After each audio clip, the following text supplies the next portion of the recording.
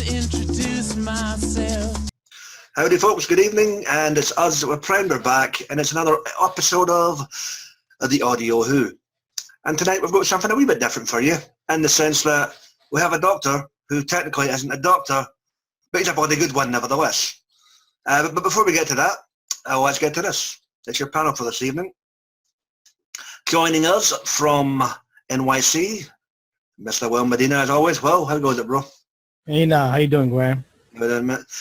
Looking flamboyant as ever in his pink shirt, where his reds are behind with his whites again. It's Philip Archer. Phil, how goes it? Well, for one, it's not pink, it's red, but hello, good evening and welcome. Well, slap me across the face and call me Scarlet. And joining us from California, with a hat on and a moustache and complaining about her hair. Sure, how goes it? Fine, thank you. I'm not asking you for 5 round rapid. And joining us all the way from, well, Lima, it's Dr. Fred and Brian. How goes it? Pretty good. Glad to be here. Good to have you, man. And of course, all the way down in the nutsack, right in the middle of hell, he has a beard that must be feared. And yes, Tom Ellis is still his neighbour, at least until September 19th. Let's Texas Timwell. Timwell? Howdy. Good to have you, man. So yeah, guys, a doctor that never was, who was a bloody good one anyway. This story is taken from the Doctor Who Unbound series, which was an experimental series done by Big Finish back in 2002, 2003. I think there were 8 of them in total. And this little ditty was called Sympathy for the Devil. We have 1997. We are in at the midst of the handover of Hong Kong from the British to the Chinese. The Brigadier has taken up residency and is now running a bar because the unit career has somewhat went awry as we are in this supposed alternate timeline.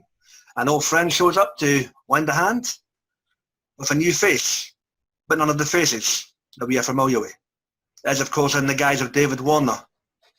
And let's just say a doctor from the future shows up and he's a foul-mouthed bastard. But so where do we begin with this? Sympathy for the Devil. Opening thoughts. Well, can I get your take on Sympathy for the Devil, please, mate? David Warner and the late great Nick Courtney.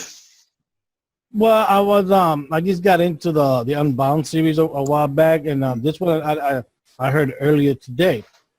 It was great to hear the Brigadier back doing audio. It was good to hear him again. David Warner did a great doctor. I was shocked. I didn't realize that till you get into it that this is supposed to be like the third Doctor, yeah, and then the Time Lord's banishment sent them to the 90s. Yeah, yep. Yeah, so that means that a lot of things that occurred during the Partwee era storyline still occurred, but not right. Great things happened. Mm-hmm. So a little mystery builds up in this, like what was going on with China taking over, the turnover coming up, and then we find out a certain character who showed up in the Partwee era, it just show up here to cause nothing but trouble again. I'll say it. It's the Master, played by Mark Gates under a pseudonym. It's a review show. There you go. All right. So this really got me into it, and I can't wait to listen to the sequel, know more about this David Warner Doctor. Even though he recently just appeared in the Benny Summerfield box set, so it'd be good to see these 2 early stories to see how his character was. Okay. Timbo, who was this one for you for a what if tale? Well, I think you might be mistaken. The Doctor is not banished at all by the Time Lords in this one. That's the whole point. It's the Master that's banished instead. And but the cool thing is that you get to see the outcome of what would happen if the Doctor wasn't banished and in the 70s and became part of the unit organization, because you hear all these terrible stories about how, since he wasn't there, Mike Yates went on a suicide mission to defeat the Silurians in the past. Yeah. And then also that since he wasn't there for the Mars probe thing and Ambassadors, now there's craters all across America. Mm-hmm. So, I mean, and plus the Brigadier himself is become a laughingstock to the military because he was ineffectual. So without the Doctor being there, all these terrible things have happened, and he shuffles off to Hong Kong to open a bar. Yep. It's all really interesting, I think. I think it's really fun as an alternate universe kind of idea. So, yeah, I think the intention, the idea was that he wasn't banished at all. He just shows up there about 20 years too late. You know what? I think you're right in that, although it's a wee bit confusing because he still talks about still having issues with his higher ups. And that he can't travel in time with the TARDIS. He could move in space, but not in time. He says it. Yeah, he's still got the inhibitor on his travel transportation as well. So maybe it's bad for them. I don't know. Maybe it was just it wasn't put across too well. Still a good story, nevertheless. And one of the things, David Tennant is awesome. As this character, because at first, for the first half of it, you kind of don't like him. You're like, God, this guy, he never shuts up. He's such a bastard. But by the end of the story, you realize he's just doing his job, and he really does care for his men, and he just wants to get the job done and get the fuck out of there. I mean, this story has a lot of cursing in it for some reason. So it's just like, it's cool though. It's a cool alternate take. Yeah, cool. Sue, proceed and try no, survive it. Yes, sir. I liked the story. The story is, in my mind, sort of a redux of the Mind of Evil, because the critter in the soul sucker in the jar on the altar of the Buddhist temple must be the same critter that was in the Mind of Evil. For the third Doctor episode, it just didn't arrive yet because the Master had not released it yet. The Master, really great to have an alternate Master. That was interesting. The Brigadier as a laughingstock, because he was unsuccessful in these missions, was a little hard for my heart to take. Oh my gosh! Being that he's my imaginary boyfriend. It's hard. Anyway, yeah, so I don't know. That was interesting, and the intensity of Colonel more against the Brigadier, his intensity coming at the Brigadier, in slices and dices, and then the Brigadier, having had a conversation with a Buddhist monk, knows that what's happening is supposed to happen. It's the Buddhist monk being perhaps even the redux of the third Doctor's sensei in the robot story / Campbell, right? Yeah. Okay. I mean, there was like I was pulling from our universe, the classic universe, and pulling it into the storyline of this a lot. I saw the sacrifice of Mike Yates in complete counterpoint to all of his other activities after the invasion. When he was after the invasion, when he turned evil against against UNIT, actually, and so that was hard. That was redemption, actually, for Mike Yates, and that was good. The other thing that I was hoping for was a companion, somebody that this Doctor would pick up as a companion. He didn't do that. So interesting, wonderful story. Loved. The Brigadier goes with him at the end. The Brigadier. Yeah. So he does get a companion. He takes the Brigadier with him when he leaves. Oh, okay. I guess I've. Yeah. You messed that up. All right, no bother.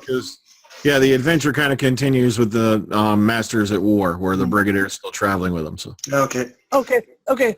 Right, Brian, you've piped up. What do you think, mate? Open thoughts? I agree with Tim. What I loved about the Unbound range is it gave them a chance to step outside the box, outside the established, I'm going to say that dirty word, canon, and show us a what-if universe. You know, what if the Doctor wasn't there to save their bacons back in the 70s? You know, what if the Pertwee era didn't happen? What if, you know, there was no one there to save them from the Autons, the Ambassadors of Death, the Silurian thing and all that? How, you know, what would happen? How would it turn out? And that's what I love about doing, you know, seeing these kind of adventures like the Unbound universe, because it gives you a chance to really explore alternate realities in the the Whoniverse, and gives you a little, you know, a little wider view of what's going on. You know, that's why I love about these. Also, when, you know, the Doctor gets to kind of re-explore his relationship with the Brigadier, because, you know, he didn't get to know him in the 70s in this story, but he did know him, of course, from before, apparently, with the like going on in the London tunnels, the London Underground, and all Web that of Fear. Yeah, Web of Fear. So it kind of gives him a chance to say, look, you know, and what would happen to the Brigadier without him? And that's what I also loved about that. Nick Courtney, brilliant acting in this story, and like I said, this one's just really A+. Excellent. All right, Philip. What's the view from Tottenham? Opening thoughts? Opening thoughts. When I originally got this story all those years ago, it was my favourite story, because I did like how Mark Gatiss brings about the characterisation of the Master in this one. He's very good, and he's also in line with, you know, like Masters of the Classic era, so that's quite cool. But David Warner, I liked his Doctor. It would have been interesting to see him do this actually back in the day on TV, because his Doctor is very slightly spiky, but a lot more humanised. And I like the idea of the, as Sue said, there were kind of like takeouts of Mind of Evil. Then you've got other things like that. Yeah. I did get a bit weary. It did get a bit weary with David Tennant's sweary Doctor. I mean, Colonel Wood, is it? Mm-hmm. It got my nerves a little bit. That's all he ever was, a bit one-dimensional. I thought, give him a bit more characterization. That's the point of the character. He's an army drill sergeant. Yeah, but there's only so many times you can be a bit of a bastard, if I can use that word. So he's only one. I don't give a shit. You know, I mean. Yeah, I disagree with you, because I think he mellowed by the end of it a little bit. He was actually friendly to the Doctor and the Brigadier. Only because he wanted his arse saved. That's what it was. Yeah, but I mean, it wasn't. You know, he started to realize that they started to work as a team rather than against each other. You know what I mean? That's what I had no choice, considering what was to befall them if they didn't. So, all right. And now, Phil?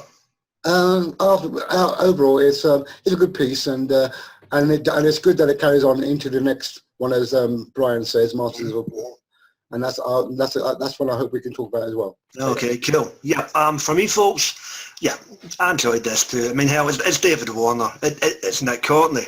You know, who was the crap? The girl, Ling? Yeah, Ling. Who was Ling? Liz Sutherland. Liz Sutherland. She done a good part, albeit she was KO'd for a good portion of the story after the incident on the hill. Obviously, the rest of them were all just cannon fodder. Interesting choice of setting, you know, in Hong Kong before the handover in the mid-90s. Interesting choice for to pop a science fiction story into. As has been mentioned, Dave Tennant and Colonel Wood. You know, it's just, okay, they got on Phillips and theirs. I enjoyed the hell of them. You know, this is obviously pre-Doctor Who, pre-Casanova, with RTD, so he done a wee bit of work for Big Finish, one before he went full circle, and he ended up back with him last year. So yeah, for me, the quote of the story, hell, you know, who is it? It's a Chinese ambassador. Tell him to piss off. You know, absolutely fantastic. You know, I loved that. But all in all, good outing. David Warner's Doctor. Phil's right. He's irritable, but there's an element of humanity about him, and there's a wee bit of irritation in there as well, which makes it a bit more engaging and intriguing. So always good to go on the ride with the other 2 or 3 stories that he's in. All in all, solid outing and a good effort. Right, guys. Any events, characters, or instances within the story that stood out for you? Tim? Well, I think it was really a great idea that they didn't try to make him this doctor at all like the Pertwee doctor. No. Mm-hmm. But they could have said this is alternate, so he's only slightly different. So he's still all ruffled up and dandied up and being, how he is, big hair. And no, they don't go that route at all. They make him an entirely separate doctor personality that Warner himself creates. I thought that was good. Yep. That was what I liked about it the most, as well as just having this random, completely opposite to what we know of Doctor Who history. Yeah. So, right. It was a great story. Excellent. Brian? Like I said, really awesome story. What I also liked about it was the fact that David Warner's Doctor seemed to be a bit more distant. When Pertwee first arrived on Earth, you'll notice he gets impatient with people a lot. He's like, keeping a distance from Phillips, but as he stayed, the more and more he warmed up, the people began to understand them. You don't see that with his Doctor because he's not had that exposure. So I kind of like, saying, there is a bit of humanity, there's a little bit of humor in there, but at the same time, you can tell, hey, I'm just an outsider, and I'm here to solve the problem. Yeah. Excellent. Sue, what about you? The difference between the Brigadier empowered and the Brigadier disempowered was interesting. Mm-hmm. The Brigadier was super powerful by the end of Spearhead from Space. He'd saved the world from the Autons, and he began, an upward extension of British strength and unit strength, and and when in this universe he was disempowered, his wanting to drink a lot had led him to Nothing wrong with that. I know to set up shop in a bar in a pub, and he was performing a service to humanity, I suppose, that way, but he wasn't the kind of powerful, centered soldier raising up humanity and saving the world. He'd been disenfranchised, and so in that he was a different character entirely. And Nicholas Courtney, acting chops, glorious. I mean, I wish I could have seen his eyeballs like going through all those motions. That's the quote of the podcast. I wish I could have seen his eyeballs. Really? Okay. Anything else? Yeah, that's it. That's for now. Yeah. Thank you very much, dearie. Phil, what about you? What I found so interesting was that the fact that the Master's on Earth long before the Doctor arrives, which is pretty cool. And so, and when they're saying about all those invasions that the Doctor wasn't around for, could they have been assisted by the Master whilst he's been there in those 20 years? Could have been. Yeah, cool. I would guess the Master aided and abetted whoever the invaders were. Yeah. Yeah. And I did like the bit where the Master's like shooting indiscriminately at the monks. Yeah. I thought oh, see, that's the kind of Master I want to see. Indiscriminately bad and not afraid to do what he wants to do. Which Missy does now. Missy is she, but still, it's a good story. And also a plane that's invisible. That's a true Wonder Woman. Yeah. Okay. Yeah, and the two young characters, the girl and the bloke, they were quite cool. They were good as well, because the poor boy's demise must have been terrible to see. And when they see the Master's mangled body, I'm thinking, how far can a Time Lord's body be mangled and still be able to regenerate? He must have been in such a bad way after that plane crash. So that was interesting as well. Okay. Cheers, Phil. Well, Well, because David Warner and playing the Doctor and Brigadier being there, they stood out. But like Phil said, the Master stood out because what's funny is that not only was he's been there for 20 years. He can't leave. He's stuck there. And that's how come all this technology of invisibility, invisible helicopters, and all this nonsense has been happening because he's trying to create the chameleon thing and TARDIS to get out of there. It's not working because we don't have the technology to do that. So he's stuck there. You know, but the only thing that I feel like questioning is that when Colonel Wood was arguing with the Brigadier, and they mentioned about the Yates. I didn't. Where did technology come from for them to go back in time to drop the nuclear bombs? Remember, he said that they went back in time. If Operation Golden Age still pulled off, they could have done it then. Yeah. From Invasion of the Dinosaurs. Yes. Oh, so that's what it is. Exactly. Yeah. There you go. You just have to think, as they say. Excellent. For me, it was about the interaction. And Nick Courtney and David Warner in this for me. Whereby they were distant but close at the same time. It's kind of weird to explain. Dave Tennant, he's already been mentioned. He's just top notch as Colonel Woods. And you know what? I'll agree with Will. Mark Gatiss is a master. Yeah, sadistic, evil, out there for his own nefarious schemes. And I really love the hijinks at the end where they send him to the bar and he thinks it's a TARDIS. And they hoodwink him. And I think that was quite funny and a good wee resolution to keep him trapped where he was in that time period. So all in all, very enjoyable indeed.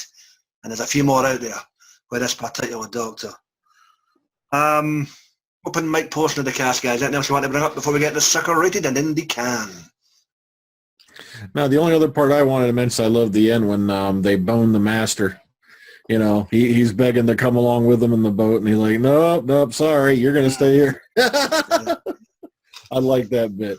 But these guys are going to go nuts. Well, that's what happened when the hostile takeover. Yeah. Another thing that stood out for me was Dave Tennant and his interaction with Nick Courtney, and he actually got something right. Oh, is that what it was? Top of the class, left bridge, But and it's funny how when people are going to get sweary, then they let you use your Scottish accent. Hey. Dave Tennant, Peter Capaldi, anybody else? Him to get any video there with Sly McCoy having a wee F-bomb anywhere, no? Yeah. I did also like the argument that the Doctor and the Master were having together. They were out bitching each other all over the place, man. I thought, oh my God, this is quite cool. Excellent. I like those of the Abbott from the monks like that. Oh, the Abbott, yeah, he met a sticky end, didn't he? Jeez. I actually thought he was the same one from Invasion of the Spiders. Planet of the Spiders, yeah. Campbell. Yeah, I thought it was him, and it can't be him. Nah, he's a long gun, that guy. Yeah. That's a recast. No Kenpo. there was that conversation that turns the tide with the monk. So I mean, even if he wasn't Kenpo, he was certainly influential in this piece. You're right. Yeah. No Kenpo, he Choji now. Yeah, there you go. Choji. That's for you, Tom. And what's that? What also stood out? This is the first audio that showed the time lobe regenerating, like Philip said. I mean, somebody actually witnessed it happening. And that's come the Doctor realized that there was another Time Lord on the planet. Yeah. Was the Master's name that they use it? The Killer. Is that supposed to be from the Emil Killer from the Mind of Evil? Yes. Yeah, okay, so that was quite... Mind of Evil. I was going to go there. But here on 8, you go there. Yeah, sorry about that. I had a flashback. Yeah. They pulled that 80s trick of having a pseudonym for the actor playing the part as well. Yeah. Oh, yeah, Mark Gatiss, yeah. What do they call him? Sam Kisgard. Yeah, Sam Kisgard, yeah. Oh, okay. Really? Yes. Yeah, that's him. Yeah, he was listed in the credits as Sam Kisgard, yeah. Mm-hmm. Oh. All right, guys. Is that us?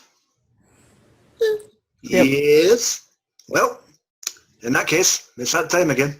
To check if your marbles is intact. I lost my marbles years ago, Will. You can have marbles. I'm gonna As we say here, he may not have lost them all, but there's definitely a hole in the bag. Yeah. I should have been dropped off in Neverland a long time ago. Doctor Who Unbound. Sympathy for the Devil. David Warner and Nicholas Courtney. Right, Phil. And Mark Gatiss. Why not? What do you give us out of 10, mate? I'm going to give this one a good 9.5 out of 10 because it's really good and it's a lovely story. I just found out Colonel Wood's was a little bit wearing on me, and that's why I'm taking off the 5 points from the full 10. Well, if Colonel Wood were here, Phil, he'd tell you to piss off. But there you go. Yeah. Okay. Brian, how about you, mate? Brilliant story. I love popping it in every now and just sitting in and listening to it.